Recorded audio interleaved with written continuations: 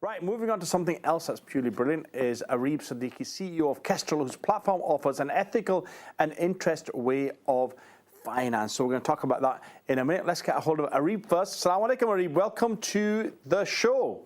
Walaikum salam. Thank you so much. Really good to return. Jazakallah khair. Welcome back. Now look, before we go on to talking about Kestrl and the work that you're doing, tell us about the current kind of financial banking system. Give us a landscape. What does it look like, and then we can see why the need for Kestrl.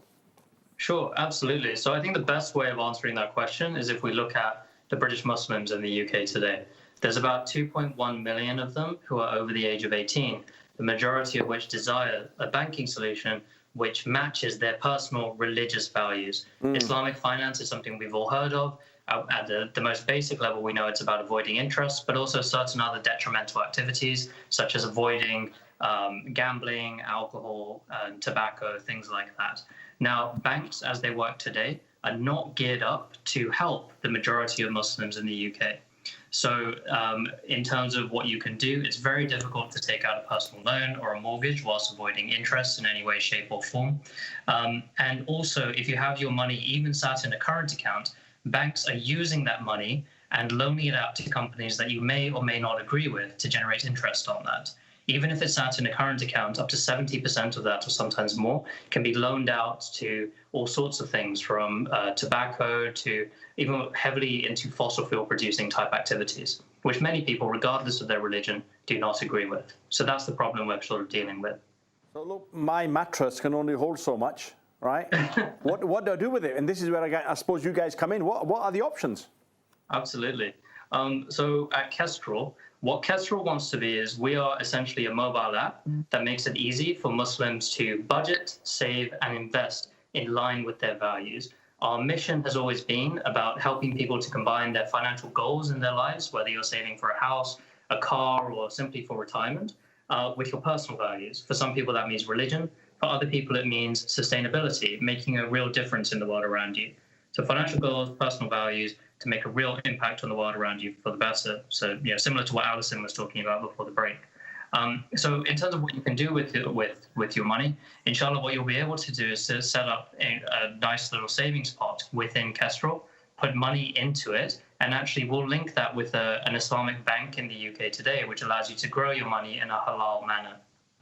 I mean, obviously, look, that's one of the difficult things, isn't it? I mean, look, I'm accustomed to using a certain bank.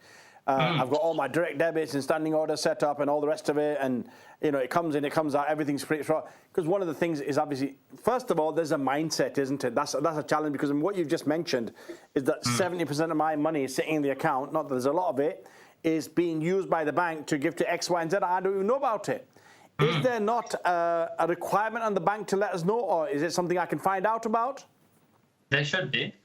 There are most banks should have disclosures about these things. However, some of the biggest banks on the market today, so the high street names, are not very good at those kinds of disclosures. There are great websites which are doing kind of deep dives and investigations into this. Switchit.co.uk is a really good place where you can go on, type in the name of your bank, and it will tell you how green your bank is. So certain high street names, I won't mention them here. Some of them are very bad for the environment, and you might want to think about having all of your money based in there. But there are some really good banks out there doing great green initiatives. Triodos Bank is a great one, which is a Dutch bank which is doing really well in the UK, and they promise that your money is going to be used for ethical and green purposes only.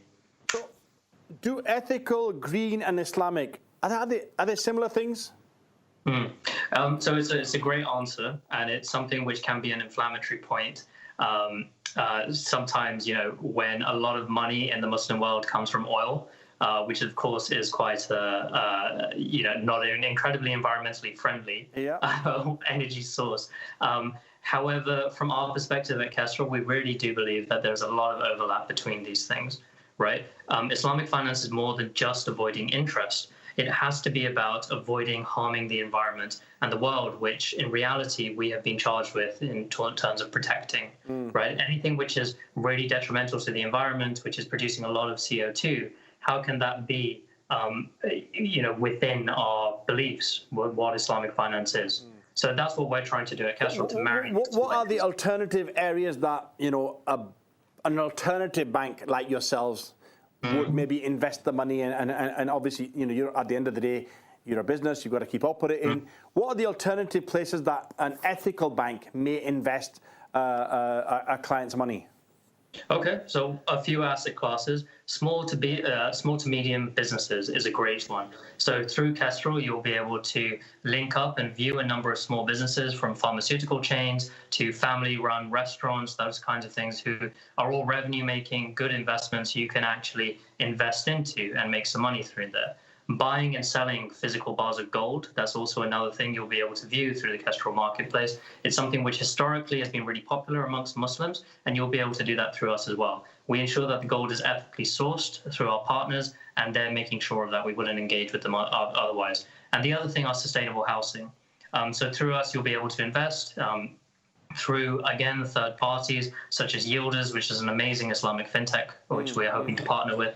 You'll be able to invest and crowdfund into these sorts of investments. Now, what about the aspect of it, if I've got several bank accounts, is it better for me to have it in one place? So with Kestrl, it doesn't matter. So we are actually open banking enabled, which means that you can download the Kestrl app today and you can plug in all of your bank accounts into Kestrl. So you can view all of your transactions in one place directly through the Kestrl app, and you can control all your finances. You can move them between your Barclays, your HSBC, your Monzo, view what's happening, view the total list of transactions, your debt, and set monthly budgets. So with Kestrl, we've kind of taken away the need for you to actually keep money with us. You can keep money with your normal banking provider if you want. Test out Kestrl and view everything within the app itself. And look, just one question before we go for a break. What are the hurdles for ethical or people who want to become, ethical bankers, they want to become Islamic bankers or green bankers? What are the hurdles that people are facing, or what's preventing people from going down that route and leaving the conventional banking system? So I think fundamentally it's about where the money is. Right now, the money has historically always been with the conventional banks. People feel that their money is safer with them just because they're big names, banks that have existed for hundreds of years. However, things are changing, especially amongst the younger consumers who are sort of crying out for these sorts of solutions. It doesn't matter about their religion. Young Muslims care just as much, if not more, about their money doing good in the world around them, rather than just ticking an arbitrary religious or no interest box. So it's becoming much more on the agenda, and more young people are seeking careers in this space. And inshallah, we're only looking to grow faster. Sure. Well, look, Areeb, stay with us. We're going to come back to you with a few closing remarks after the break, inshallah. Inshallah. Thank you. Brilliant. Ethical banking, we're going to touch more on that. Listen, let's finish off the show and let's go back to our guest, Areeb Siddiqui, talking about fantastic ethical banking. Areeb, welcome back. Areeb, look, talking about banking, is there any countries in the world, I was talking about the top 10 countries I'd like to travel to, and that is just the top of my head. Are there any countries in the world that are really looking at ethical banking in a different light than what we are here? It's a good question. There are places in Europe which have been making leaps into this kind of area. In the Netherlands, as I mentioned earlier, Triodos Bank is a really, really cool bank that originated there. They do have outfits here in the UK as well, and are looking at spreading. But Triodos is an incredible bank, which has been a big inspiration for us at Kestrl, albeit they're not putting the Islamic lens on it like we are, but they're doing incredible work in that. Of course, we then have to also look at Malaysia. Malaysia are at the forefront of Islamic finance and are looking at combining the green kind of financing with the Islamic. So at Kestrl, we're split between the UK and Malaysia, so we have good links over there as well. Is it looking at the size and the power of the conventional banking system? Is it going to be a pushback? Are they going to prevent guys like yourself, the whole ethical green banking thing, not to grow? Because look, also there's the corridor of finance, isn't it? It always goes through those 3 or 4 main banks. How does that then work? No, it's interesting. These big banks are starting to understand that this is on the agenda and that people feel strongly about it. People care about the environment. They might be young people at the moment, people in their early 20s all the way to mid 30s. That's the kind of Gen Z to millennial bracket. And they may not have that much money at the moment compared to the rest. But as we get older, inshallah, we are going to be making more money and we are going to be the main customer. So they have to start bringing these policies in. In terms of whether they want to shut us out or not, at the moment, alhamdulillah, we are working on this really interesting intersect between green and Islamic. And fortunately for us, there aren't a lot of Islamic providers in the market at the moment, specifically not digital ones. So alhamdulillah, we've got our app, which is working, and a lot of people have been using it so far. Let's say someone like myself, I'm 56. You're meant to say mashallah, you don't look it. What should I do to get into ethical green banking? Because to be honest, we should all be looking at ethical green banking full stop, let alone, the fact that you guys have come along. What should I be doing to try and change my lifestyle from a financial perspective? So I think you should look at, you don't have to use Kestrl to do this, although Kestrl can do it. We can view your finances and do sort of a financial health check. Yeah. See where most of your money is actually going towards. Are you spending loads on bills or rent or on kids, on clothes, on eating out? And every financial decision you make actually can have a serious impact on the environment, right? It's something which Alison touched on, with what she was talking about with PetShare, right? So everything you do, the food that you eat, the car that you drive, has an impact on the environment, and we can actually view that through your spending.